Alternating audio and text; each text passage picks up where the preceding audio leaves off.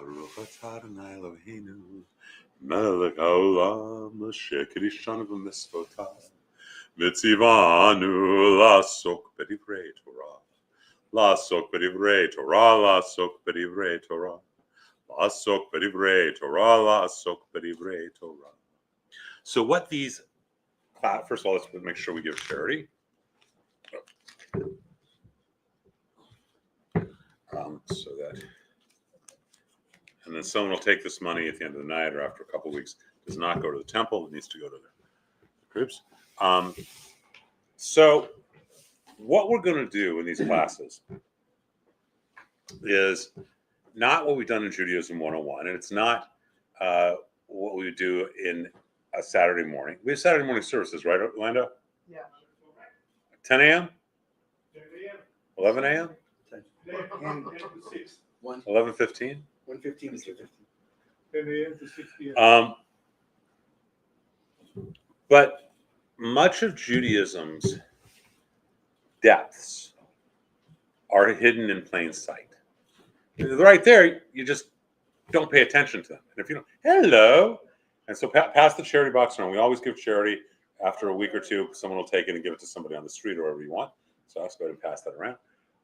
So rather than Judaism 101, which is a whole, the idea of Judaism 101 is that Judaism is a sea, and we're going to travel all around the sea and not go too deep.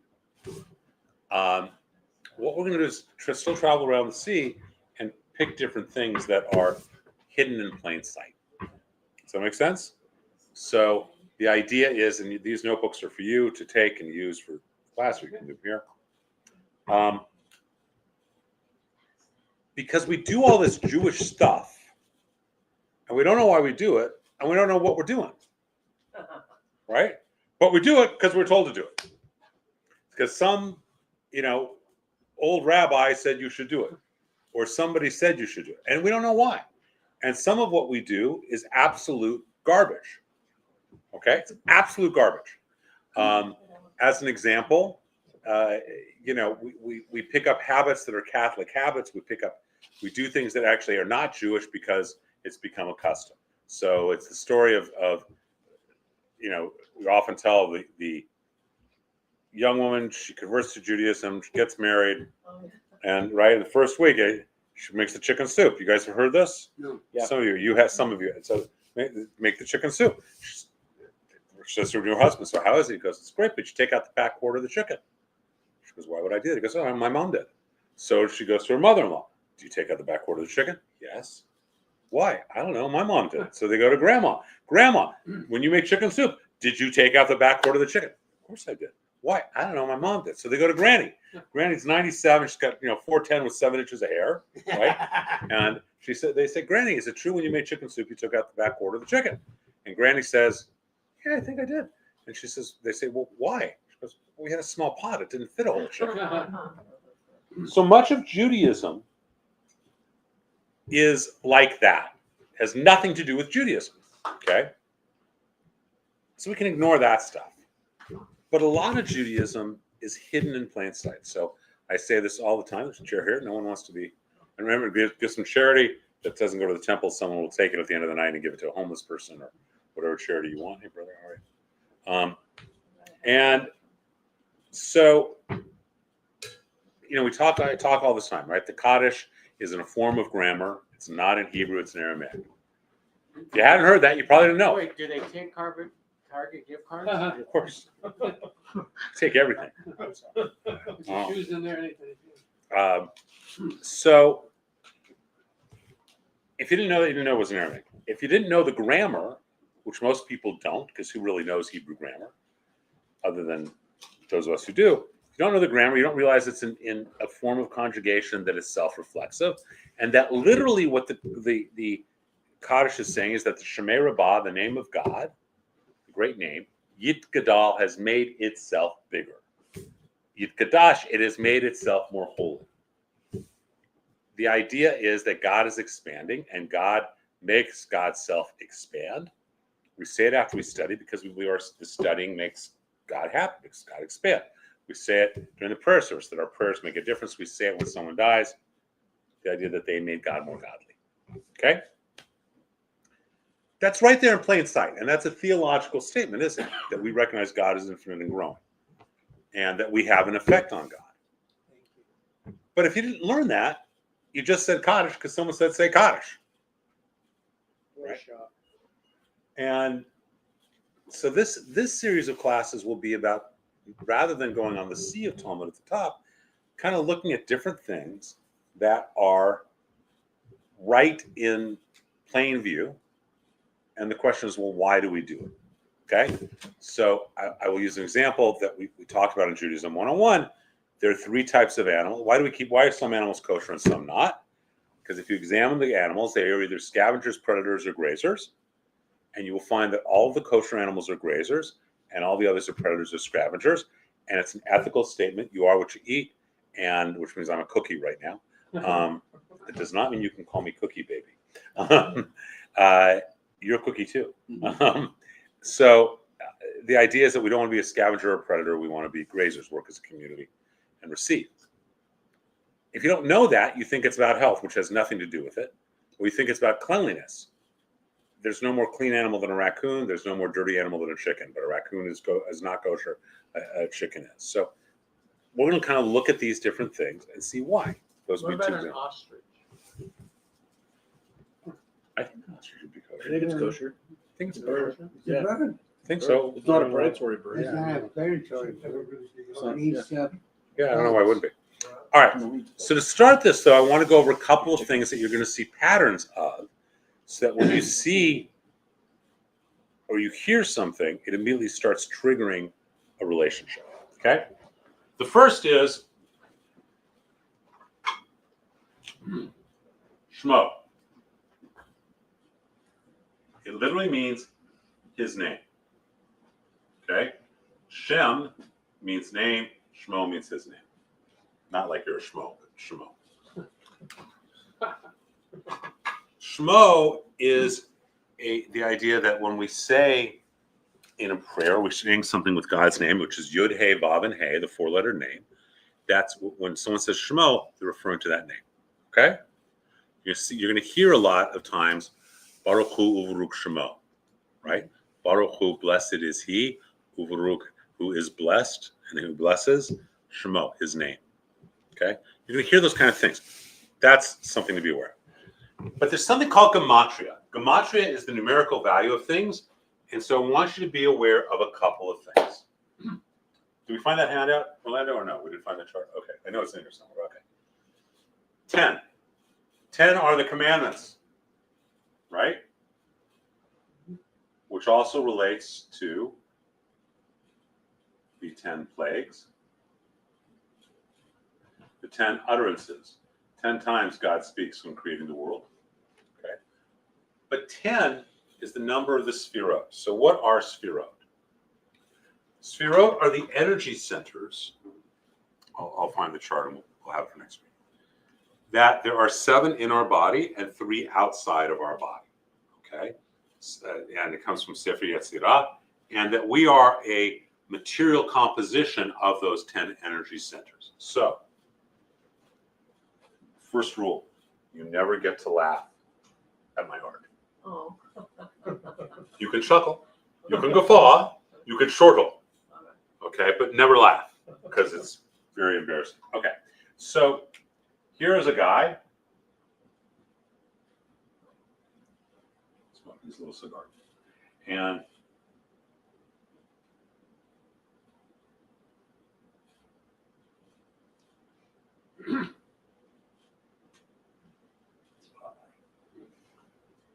okay, there's this guy, right? There's a person. He doesn't really have a very good physique, but that's okay. And there are 10 energy centers. 1, 2, 3, 4, 5, 6, 7, 8, 9, 10. Okay? And 3 of them, as you see, are outside, 7 are in the body. Anytime you see a pattern that's 3 plus 7, it's regarding also, in a microcosmic level, our entire human being. Does that make sense to everyone? Mm-hmm. You've got to chime in with a question whenever you have one. So whenever you're seeing 10, it is referring to the commandments, but it's also referring to either the lower 7 or the upper 3. All right? If you see that, like in the book of Job, where you have 3 plus 7 at one point, it's referring to the complete image. There are 22 pathways.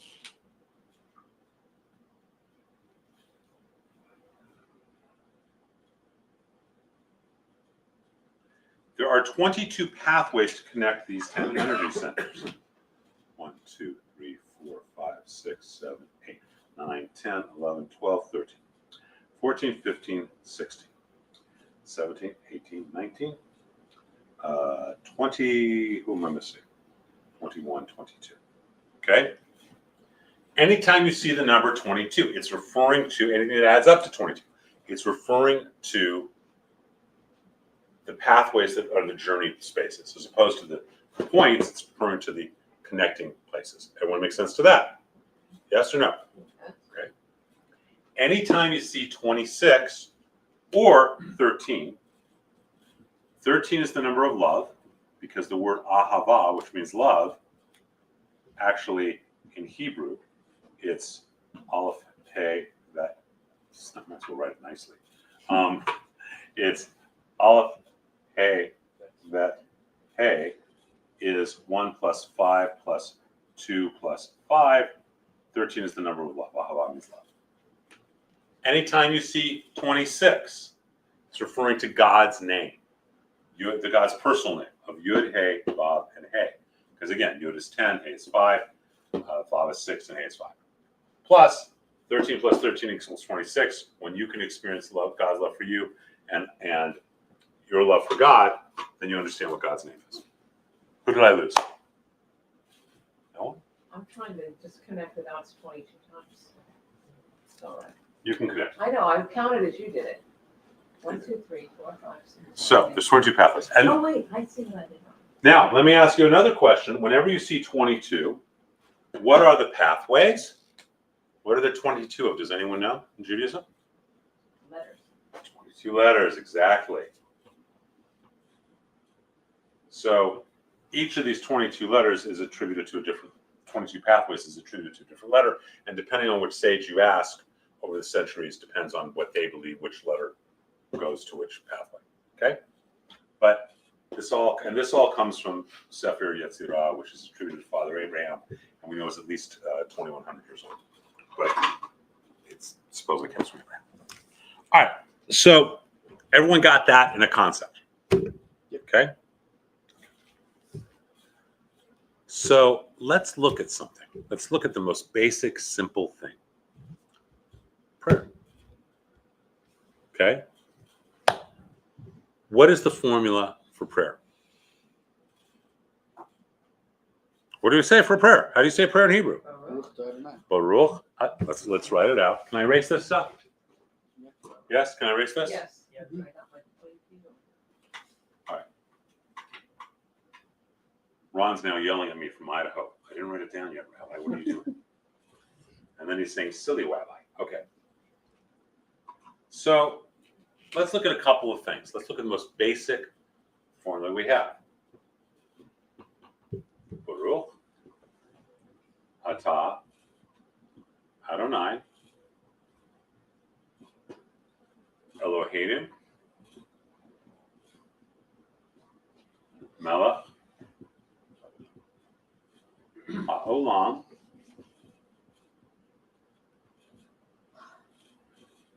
asher kitshani b'mitzvotav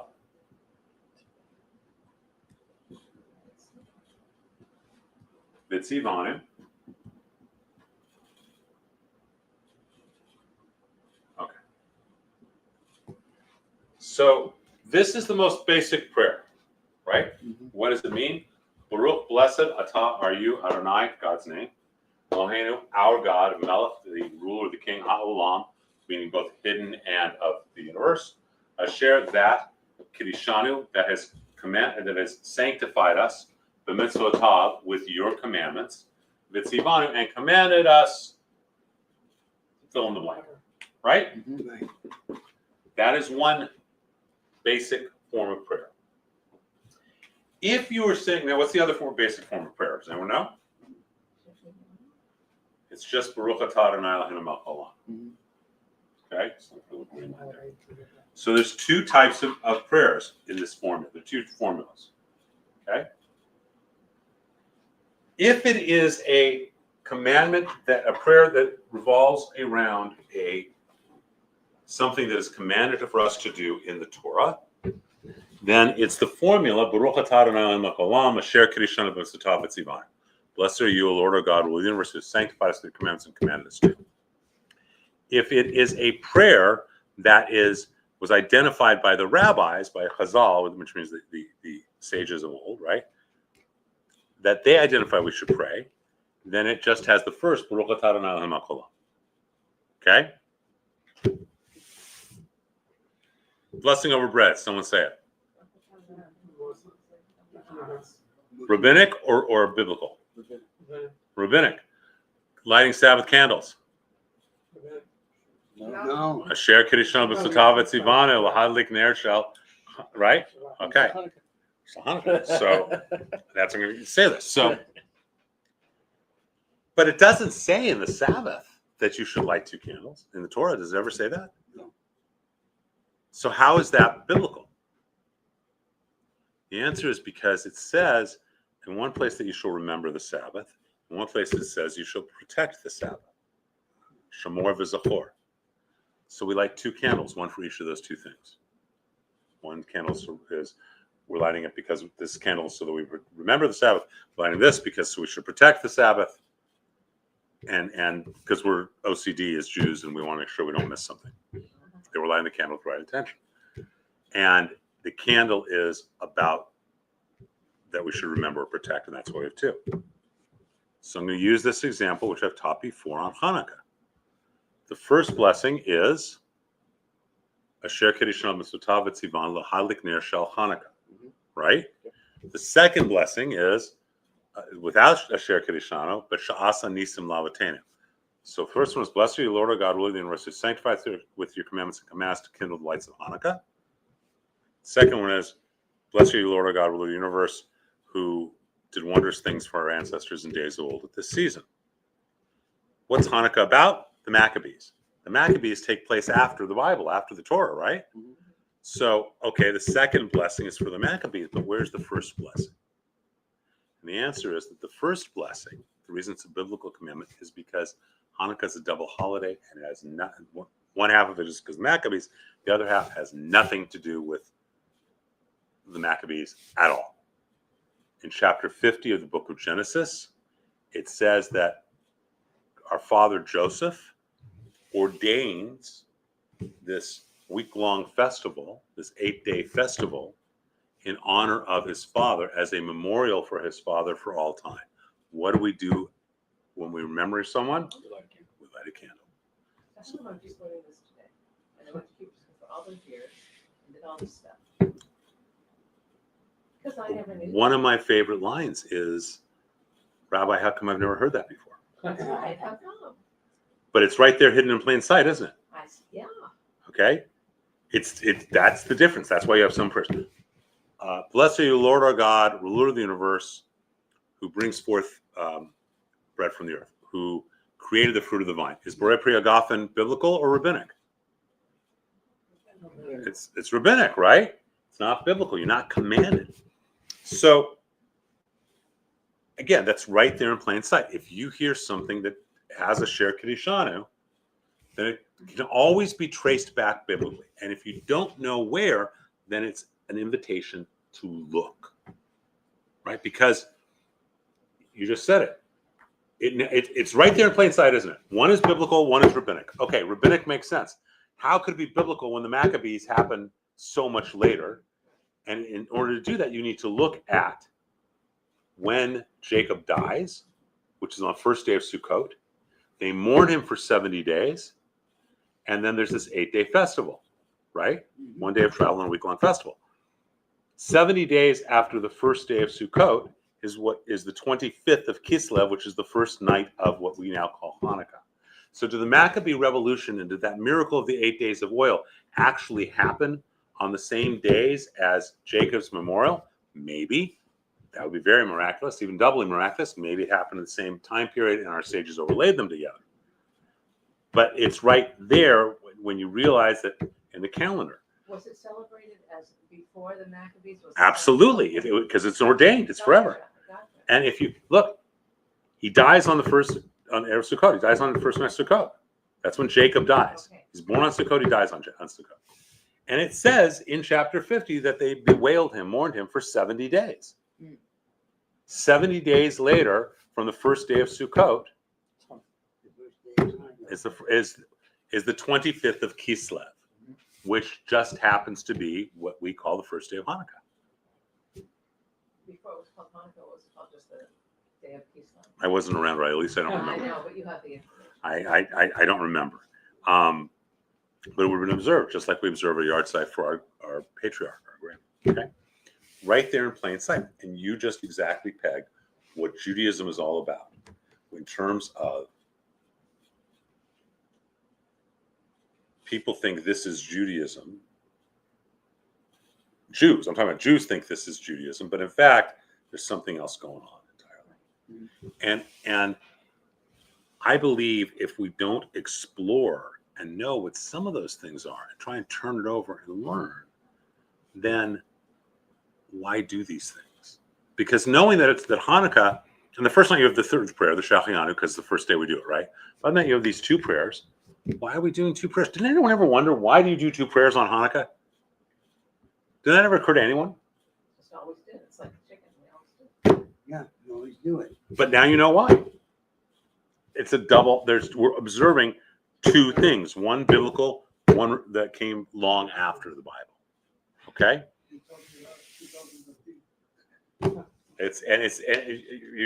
You get it or you don't get it. Why aren't they, do you know why they're not teaching this in other outlets that teach you? I will tell you, when I learned that about Hanukkah, I called up my friend and teacher, Rabbi Abraham Greenbaum. Okay. I'm sorry, I learned it from him. And then I went to my friend Shimon Kraft, who owns 613 Mrs. Troyson. Shim, I learned this. He's, Orthodox rabbi, he's a scribe. Boy, this is a long time ago. I don't know if I even had gray hair then. And I certainly didn't have very much if I had any. I said, this is so great that Hanukkah's talked about, and this is what he goes, well, yeah. We think in a Gregorian calendar, but if you think in a Hebrew calendar, then it's plain and obvious. That you know that after the 15th of Tishrei, 70 days later is the 25th of Kislev. You know, right? I hear what you're saying. It's just upsetting. Look. I've reached this point in my life and I'm just learning it now. But it's good. Just wait till you hear. That's. I mean, it's it's a great example of something hidden in plain sight. And if you think in terms of the Hebrew calendar, and you think Elul, Tishrei, Mar Cheshvan, etc., then it's obvious. As obvious as it is to all of us if I said, what holiday is the fourth Thursday of November? And if I said Christmas is on a Sunday, what day is New Year's? Friday. Sunday. Okay, if it's that calendar, right? If you function through the Hebrew calendar, then it's right there in front of you. But if you don't put two and two together.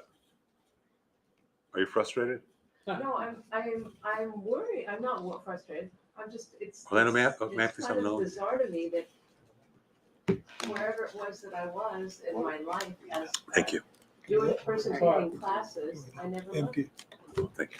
It's good. I'm glad. That's all. I'm moving forward. All right. Sure. Now let's look at something. Let's look at the biblical blessing. Baruch atah Adonai, Eloheinu melech haolam asher kiddushanu b'mitzotav v'tzivanu. Tell me something you see in the pattern of those words, without knowing what they mean, without knowing just those words, based on what we've already learned tonight. 10 words? Bingo. So what does it have to do with? The 10 energy centers. Yeah. When you say the rabbinic blessing, the rabbinic formula for blessing, you are awakening each of the 10 energy centers, the sphirot, in our being. That's what it does. That's why it does it. Doesn't that go back to connect to Lech Lecha? Absolutely. So to explain that to everyone. Lech Lecha is the Torah portion. What? So when was it Abraham? Yep. It's Avram at that point. It's not Avram, before he was Abraham. Avram was commanded by God when he talked to God. God talked. First time God talks to Avram. Avram. Tells him to go into himself. So it makes sense for all the prayers to be a form of that. very first time that Avram is talked to by God. You can read the English. Hashem said to Abraham, "Go for yourself from your land, from your relatives, and from your father's house to the land that I will show you." Okay, just that. Lech is a command version of the verb meaning to go. Lelecha. Lech doesn't mean please go. It means go. Lecha means in yourself, to yourself, with yourself. Excuse me, by yourself, for yourself. It can mean any of those things, okay, depending on how it's used. So what is he saying? Avram, go in yourself, with yourself, to yourself, by yourself, for yourself, from your land, from your family, from your father's house, everything that you know, to a place that I will show you. That's the definition of meditation, isn't it? Mm-hmm. The very first words said to the very first Jew is, Abram, go meditate. Ours is a meditative tradition. We are much more in sync in many ways with Tibetan Buddhists than we are with Christians when it comes to this. Ours is really with many Christian sects. I mean, there are Christian sects that are meditative as well. So so our prayers are forms of meditation. They're forms of awareness. So what do we know up front? We've now established that if this is about 10 words, it's about awakening each of the 10 points within ourselves. Anyone lost right now? Is everyone with me? Okay. How would you really split those 10 words?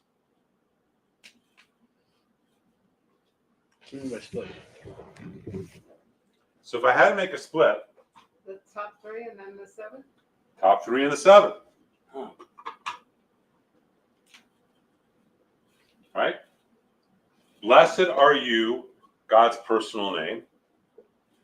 Our God is the ruler of everything that has commanded us to. He's given us these commandments and commanded us to. Right? These, remember that image that I had, are both the top 3 sphirot. That are outside of us. That are outside of us, exactly. Because they're, and then it becomes Eloheinu Melech Haolam, bringing it all of them up.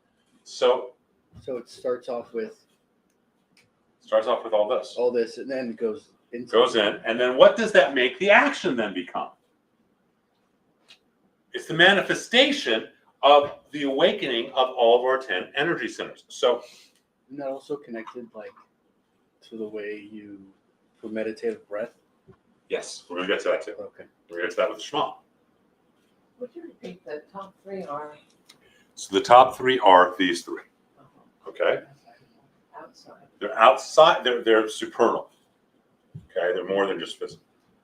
And then so we're pulling from there through all of our body. Okay? And then we're doing the action. And that makes the action not only holy, but infused with our full beingness, our full isness, for lack of a better term. The action becomes an action of holiness, of our spiritual connection with it, and making everything we do spiritual. That's why you're supposed to do 100 blessings a day. Because then you're making everything into a holy act. Does that make sense to everybody? Yeah. Okay. Now there is part of the meditation that, since these 3 are outside of us, how do I get synced up? So one of the energy centers is Kefir, is up here, right? One is down here in Malchut, okay, the kingdom. And one is right here, Tiferet. Every one of those points, those 22 pathways, can connect to Tiferet. Okay, right, Okay? Means harmony or balance. So the understanding is when we start the blessing, since I can't really focus on all this so well, I need to anchor it inside myself, right? Baruch atah Adonai. So you may notice if you've ever watched anything when I do a bread blessing besides me cutting the bread and hoping that I don't hurt myself. That if I'm holding the bread, right, I go Baruch atah Adonai. Anyone ever notice that? That's because I'm focusing as I'm doing the blessing. Baruch atah Adonai, and it comes out from there. Hidden in plain sight, isn't it? You got that look on your face. Just listening quietly, it's great. It was very tense. So I'm listening intensely. it wasn't like Rocky. Rocky doesn't ever get that look. Rocky just kind of goes. All right. He's working on his English. No, he knows English fine. He knows it just fine. He knows exactly how to tell everyone what to do, and he knows that usually they do it. So, that's all right. So you're with me on this now, right? Does everyone see now? Does that deepen your understanding of when we say a bracha? Yes? No? Yeah. Okay. Now, Baruch comes from the word Berach.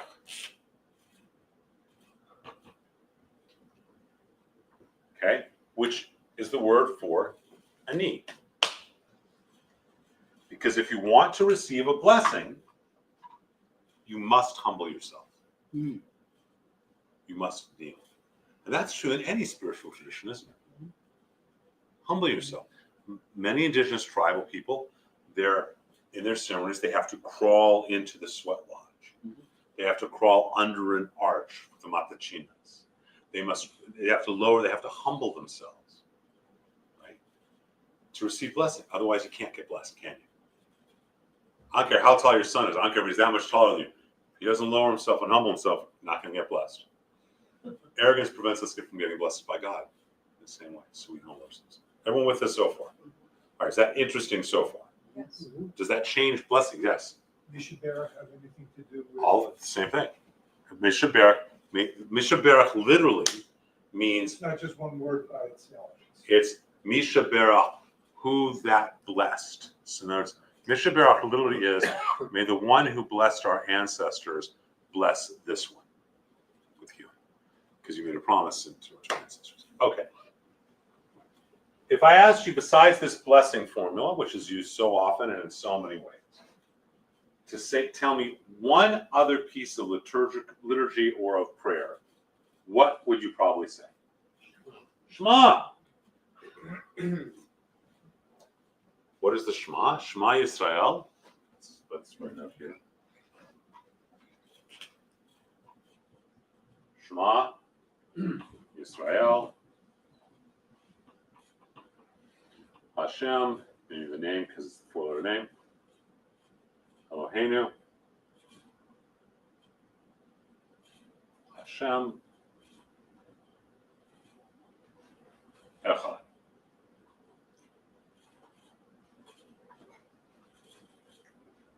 Listen, you people of Israel, you ones who wrestle with God.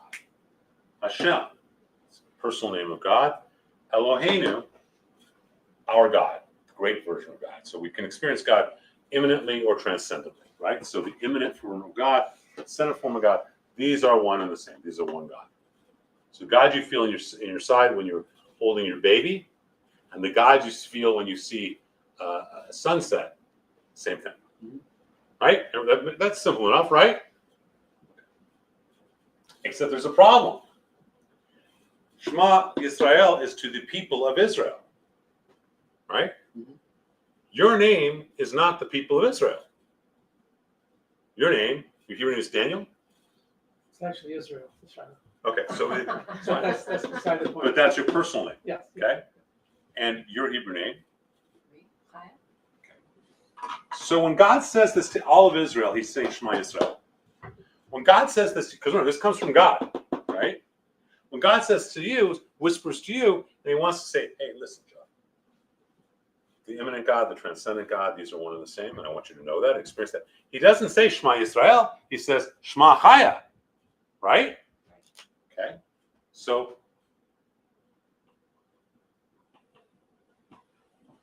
right? Okay. What's your Hebrew name? Shara. Yeshara Tara. So I'm just going to put YT. Right? Yes. He says that. What's your Hebrew name? Yoel? Yehuda. He says that. Yehui. Okay. When he speaks to each of us individually, does God only speak to us in a big group?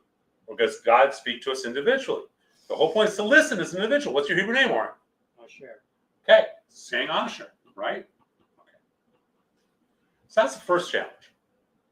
So have you ever noticed that before the tradition is before you say a Shema, you're doing like a private meditation? That private meditation is where you are hearing God saying, in my case, it's Moshe Israel. Shema Moshe Israel. God is, I'm listening to God as part of a people, but also as an individual. This becomes very important and will become very important when we go to the Kotel, God willing, next summer. Which, by the way, for those of you guys are going, you're not sure yet. You may come. Who else is you're going? You're not sure yet. I would like to go. You're going. If you're going, so the Israel trip. I was on the phone with Zelig last night, rescheduling and planning things. We're now going to also go to we're going to go ride horses at a ranch and then have kosher steak from the ranch. I hope they're giving riding lessons. I don't think we're going to be doing that much serious. It's like a trail ride. Yeah, I don't think it's going to be like lassoing and going yippee-ki-yay. I don't think this is. If you get them out of the walk, you'll be doing good. Yeah, they're not going to. Yeah. Anyhow, so That's what I wrote up for. now let me ask you a question, though, right? So we're going to remove Israel So you're saying this one before you say? before you say the one as a group. You want to be clear. God, I'm listening to God too. God, listen. So I will say Shema Yisrael. Okay, now we're going to say name right here. Insert your name. Hashem is actually Yud, He, Vav, and He. 4 letters. Okay? They're all 4 soft letters, and so it's breath. So instead of thinking of Hashem as the name, or Adonai, let's actually write it out for a second as Yahweh. Okay? The 4-letter name is a Yud, and a Y, an H, a W, and an H. Okay? So it could be pronounced Jehovah. This is where you get Jehovah, Yahweh, all those things. Okay? But just as breath, it would be, right? Eloheinu is actually, again, Eloheinu. It's not, what's the, and if we said, we're just breaking into syllables now. And so if we said Hashem is again Yah, Nawah, and if we changed Echad, which we're not going to change the word, to and then Chad, right?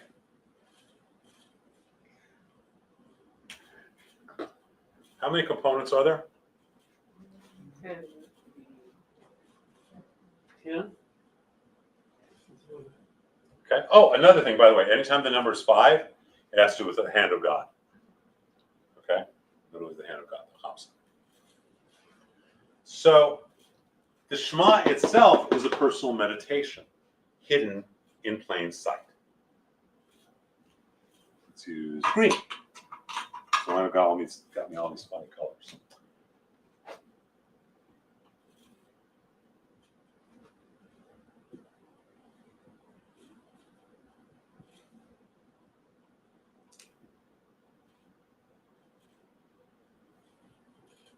Inhales and exhales. 5 inhales, 5 exhales. Everyone follow me?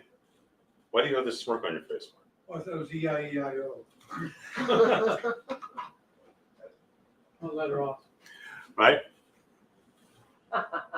So when you're doing your Shema, your private Shema, God whispers. God doesn't shout, God whispers. In my case, I'll use my Hebrew name is Moshe Israel, right? Watch how I time it with the inhales and exhales. Moshe Israel.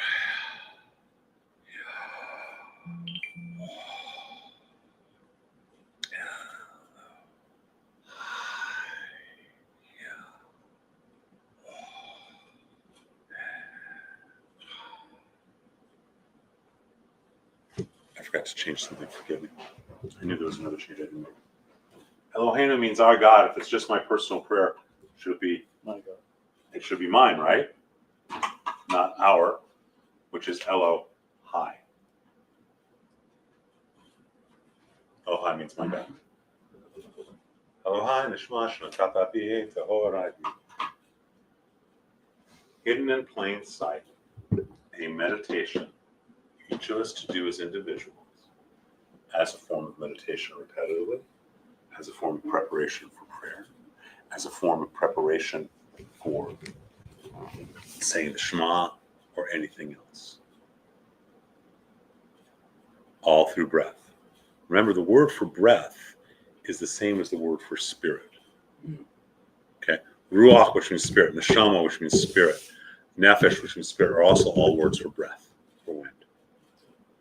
So Rabbi David Zeller, of blessed memory, used to do this 30-minute version of it's, I don't know if, I think it's originally Breslov Nigun, but it was, Ruach, which means wind and means breath. It was Ruach, Ruach.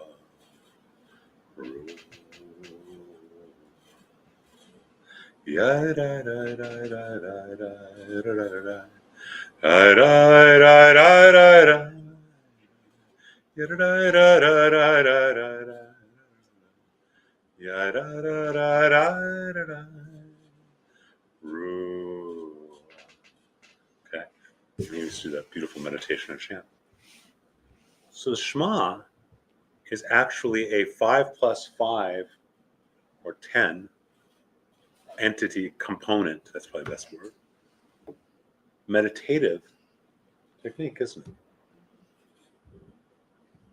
Yes, no? What do you think? So if you need to center yourself, a very simplistic way is just to take a moment and go, my name,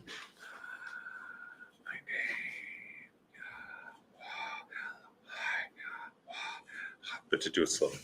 Make sense to everyone? Mm-hmm. Now, see how that is hidden in plain sight for a minute, sit up straight. And uncross your legs. And a nice 90-degree angle. And just close your eyes for a moment. I'll tell you what to do each time, and just very softly with the breath, do it yourself, okay? So inhale Shema. Exhale your name. Inhale Yah. Exhale Wah. Inhale Elo. Exhale High.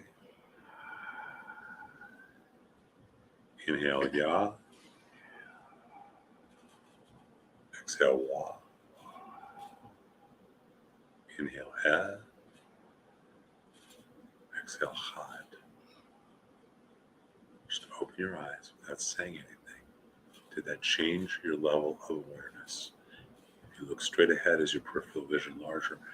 Like, are you more aware of sound? I'm barely speaking at all, am I? But you all hear me just fine, don't you? But you realize how softly I am talking right now? I don't even know if the microphone is picking it up. Right? Ron gave me a thumbs up. Right?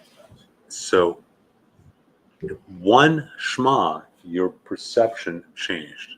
Now, let us imagine you did that once or 3 times or 5 times or 10 times. And your perceptions increased by 5%. That's not a very big increase. Does that make you think all of you could make a 5% increase with that? Okay. Do you understand a 5% increase is the difference between a guy who throws a fastball at 90 miles or a guy who throws a fastball at 95. Mhm. A 5% increase is the difference between someone who is a high school champion track athlete and a world champion track athlete. That's all 5% is. 5% is the difference between a guy shooting 72 on a golf course, right? And a guy shooting 68 on a golf course. Or in blunt terms, it's the difference between someone not making the cut and someone making millions of dollars. 5%. And it probably affects us more than that. And it's right there with the Shema. Okay?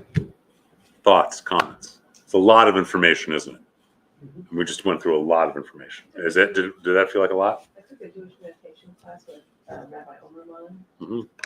and he said, I remember, it just triggered this, that sometimes you may want to not just do it inwardly, but yell it and shout it out, and that will also make a change.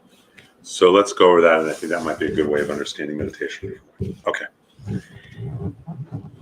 There are two types of meditation in Judaism. One is called hisbodedus or hitbodedut. Anytime you hear a Hebrew word that begins with it, or it to something, it's self-reflexive. Like Rice in the Kaddish, yit gadal. Hitbodedut is self-reflexive. Boded and bod are both words which mean to be alone and to be a branch. So hisbodedus is to go inward to such, let me back up. Infinitesimally small and infinitesimally large are the same, aren't they? Right? Infinity equals infinity. It's infinitesimally small or infinitesimally large, it's infinity, right? Hitbodedut or hisbodedus is to go so inward that you are aware of how you are alone and how you are a branch on a tree. From my thumb's perspective, if the thumb only has the perspective of the thumb is alone. If it has perspective of the hand, it's part of the hand or part of the body. Hisbodedus is realizing that, yes, it's alone, but yes, it's connected to every other part. Yes, the branch is alone, but it's connected to the trees, leaves, the other branches, the trunk of the tree, the roots of the tree, through the roots of the tree to the earth, through the earth to every other tree and every other being on the planet. Right? Going so. Hitlahavut is the other type of meditation, which means to inflame oneself. Okay? Ecstatic dancing, ecstatic nigunim.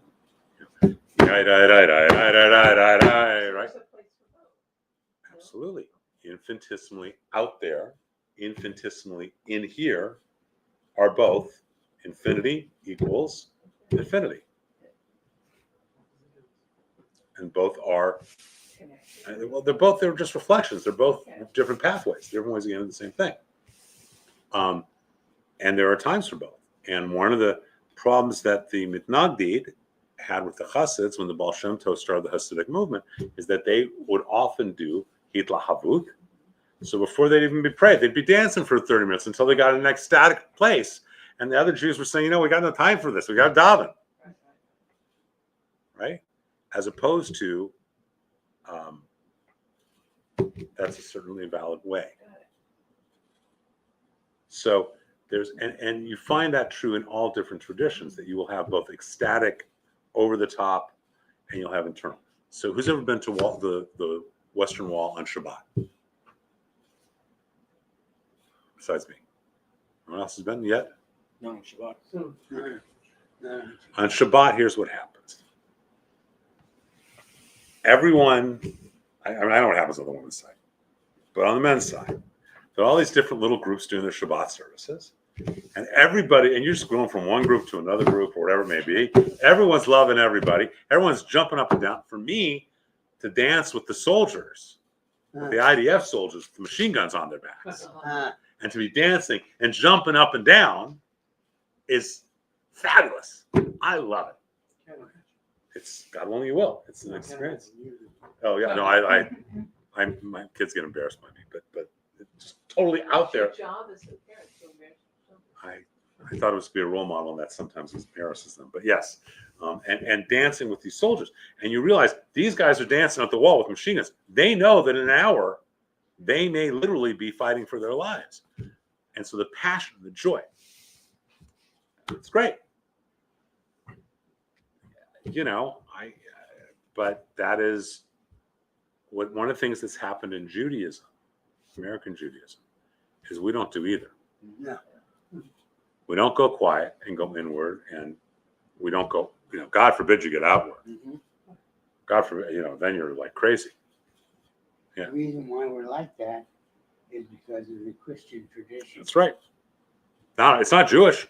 No, It's not Jewish, but it's Christian tradition. which comes from us Ashkenazics. Ashkenazi comes from and from their influence by They Catholicism. got that from the Catholics. And in the Persian community, Yeah. it's not quite the same. No, it's Persians not. are willing to be jealous. So if I do an Ashkenazi wedding, I typically go down, on an Ashkenazi wedding, and they're playing whatever song, right? And I'm walking down the aisle, and it's We didn't do that. right. I come down on a Persian wedding, they got a runway, right? I'm going, get up! It's a wedding! Get up! Dance! We make angels by dancing! If I did that in an Ashkenazi wedding, they throw me out and put me in a rubber room. That's your last one. But the Persians love that because they weren't influenced by Catholicism that way. They don't have the Catholic guilt. Right. Okay, so their guilt's true Jewish guilt. They're not involved with the Catholic guilt. So it's again hidden in plain sight. We do one other thing only because I was thinking Persians. Right? And I know that this was a lot of information, wasn't it? Yes, no. Yeah, it's great. Okay. So you go into a temple, right? You go into a temple. Anyone ever been to a Sephardic temple? Yeah. So in the Sephardic temple, here's the Aron, the Ark. Right? Right, there's the Ark. Mm-hmm. Okay? Where's the rabbi stand? Rabbi's right here. Where do the people sit?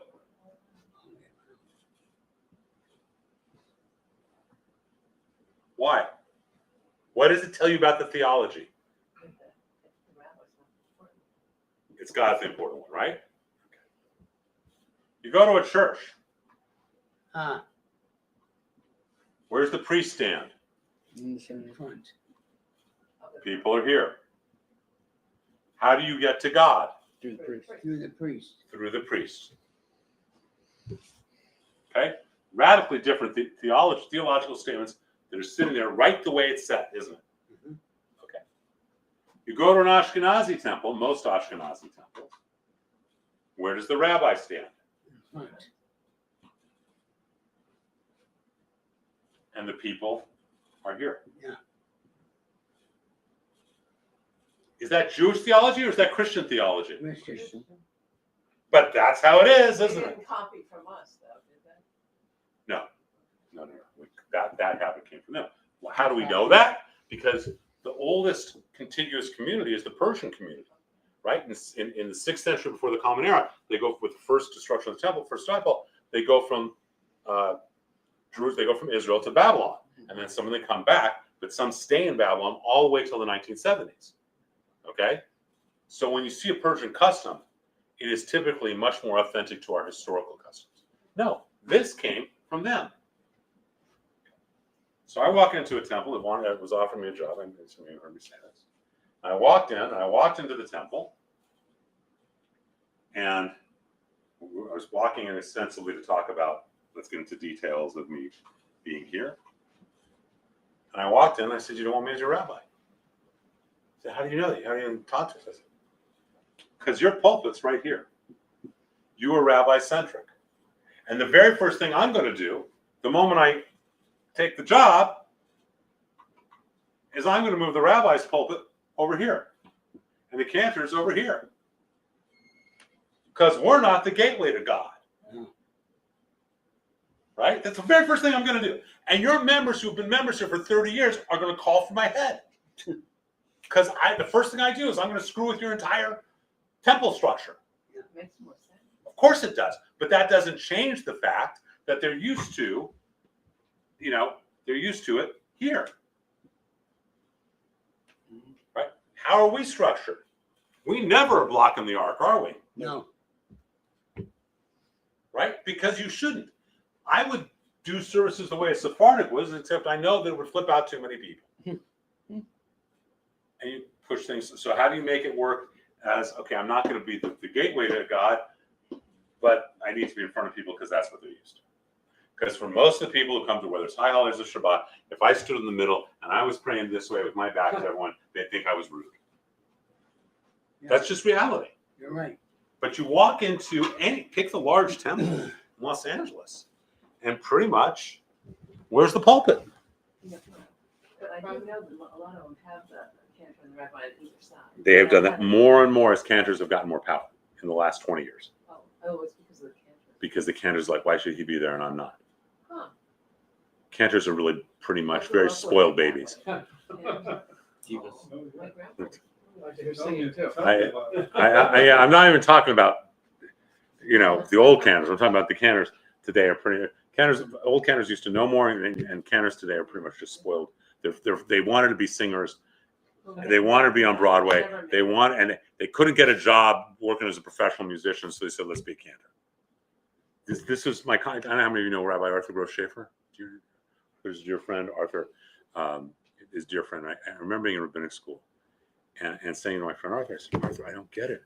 I'm looking at the people I'm in school with, the rabbis, the cantors. Most of them don't care about God. They don't care about Judaism. Why are they there?" And you understand that there are more Jewish communities than rabbis or cantors nationwide. Not in Los Angeles or Chicago or Miami or New York, but nationwide. And he said, well, because think about it. If you're willing to go anywhere else in the country, where else can you graduate school to a 6-figure a year job where the people are forced to laugh at your jokes? And then I looked at the people I was in school with, and over 2/3, 3/4 of them, they'd want to be actors, writers, singers, performers, comedians. How many cantors or rabbis do you know just in the West Valley, San Fernando Valley, Conejo Valley, who I was a comedian for, Jackie Mason. Jackie Mason was a rabbi Right, who became a comedian. Right. But how many? I was a comedian. Lots of cantors and rabbis in the area who they think. no I was a comedian. What do you mean you were a comedian?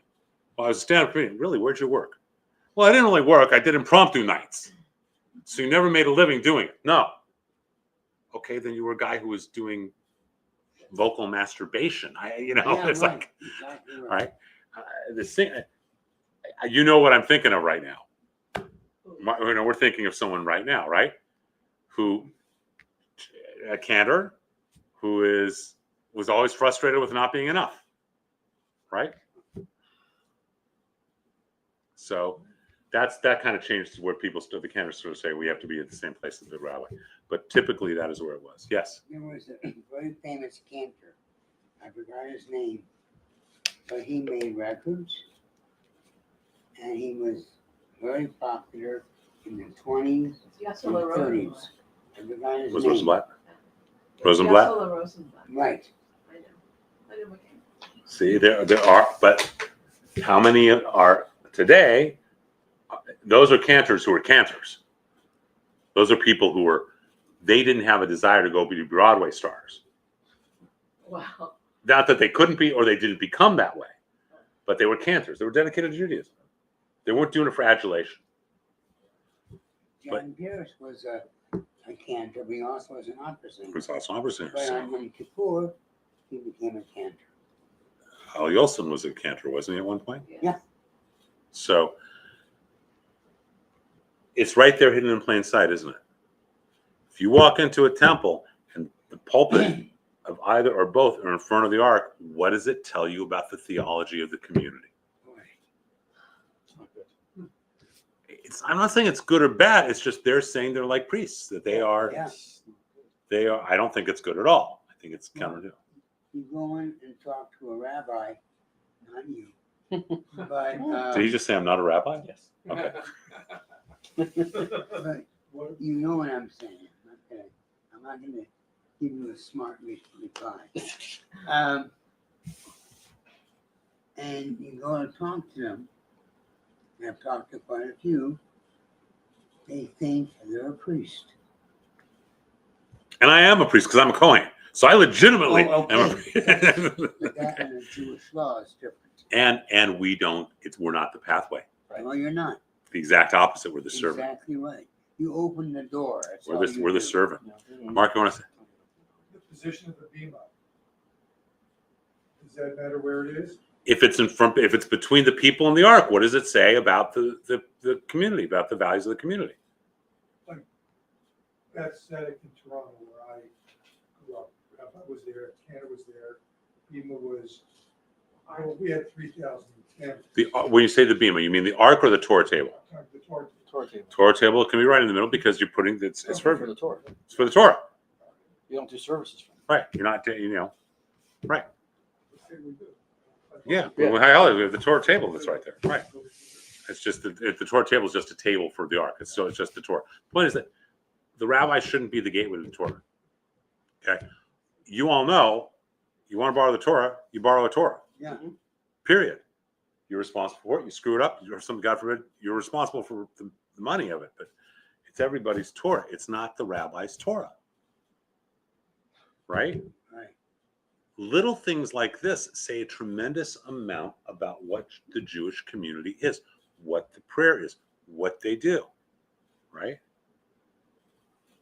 One more thing, just as an example, because of time. I was trying to be conscious of time. We wrap the tefillin, right? And there's a Sephardic way, and there's an Ashkenazi way, and there's a Mizrahi way, and there's a Pumpernickel way, and there's a Chabad way, and everyone's got their own little ways of doing it. And what does the Torah say? It says you shall write these commandments upon your hand, and they shall be for frontlets between them. Does it say you need to wrap this way No. or that way? No. So someone comes into this community, you're doing morning service, and they wrap the tefillin, and they wrap it in a different way than you, but it's up here and it's wrapped down their arm and their hand. But it's wrapped differently around the hand than you wrap it. Are they right or wrong? They're right. Who's to say? There's It's their no, way. there's no way of calling it Their way. wrong. Okay. You walk into 90+%, if not 100%. I don't like saying 100%, but certainly over 90% of Chabads. And you wrap the tefillin the way that you may have been taught. If it's not the Chabad way, they will literally come up to you and say, "You're not wrapping right. Change it this way." It's not what the commandment says, right? Moreover, are women forbidden from wrapping tefillin? No. They don't have to. They're not obligated, Yeah. exactly. They are not allowed to when they're on the menstrual cycle. because they're Because they're on menstrual cycle. But if you start looking at things, you see things much, much more deeply. And you start to see where's their integrity, where it's not, what are the theologies, what really is Judaism saying. But the Shema and the basic blessing are formulas hidden in plain sight to awaken every aspect of our soul. Rabbi, this is, I'm beginning to realize something. A lot of kids and people my age who stopped going to the temple is because they follow the Christian belief. And they don't understand the relationship between the congregation and the Torah. They don't. And so Judaism becomes about social action. Right. And that's how Yeah. the rabbis do It's it. not just the rabbis. Okay? I'm not, no. And what I mean by that is look at Israel. Yeah. I talked about in the email today, Yeah. yesterday, about That one guy. Lapid, who drop out, very charismatic, Right. all these. He was a Hollywood. He was not type. He was a big celebrity, who was a member of the progressive reform congregation of Tel Aviv. Yeah. You know, that a synagogue that makes Wilshire Boulevard look Orthodox. Yeah. Okay, so why is anyone questioning that he wanted a two-state solution? Look where he goes. Look, I don't care if you like Obama, you love Obama, you hate Obama. I could care less. But he grew up with Jeremiah Wright as his pastor. Yeah. Okay, What do you expect? so hidden in plain sight. Judaism is hidden in plain sight. So that's the kind of stuff we're going to explore, whether it's text or prayers, or holidays or practices or rituals. But to see things at a deeper level. Is that interesting? Yeah. Okay. We will take it from there. We have services Saturday at 10 a.m. And someone want to take the money and give it to whatever charity you want. Someone take the money. What? Keep it here. There's a pot. Potluck. We can give it here, and then it doesn't go to the temple. It's not for the temple. This is so that the angel of charity will bless our learning. Well, yeah. So, but no, it's not going to, it doesn't go. So whether we hold it for a week, 2 weeks, but all the money that goes in there, someone will give to charity, whatever charity you want, to a homeless guy, to a cause, whatever, but you give it to whoever you want. So that's not charity for us. We don't charge for classes. That's not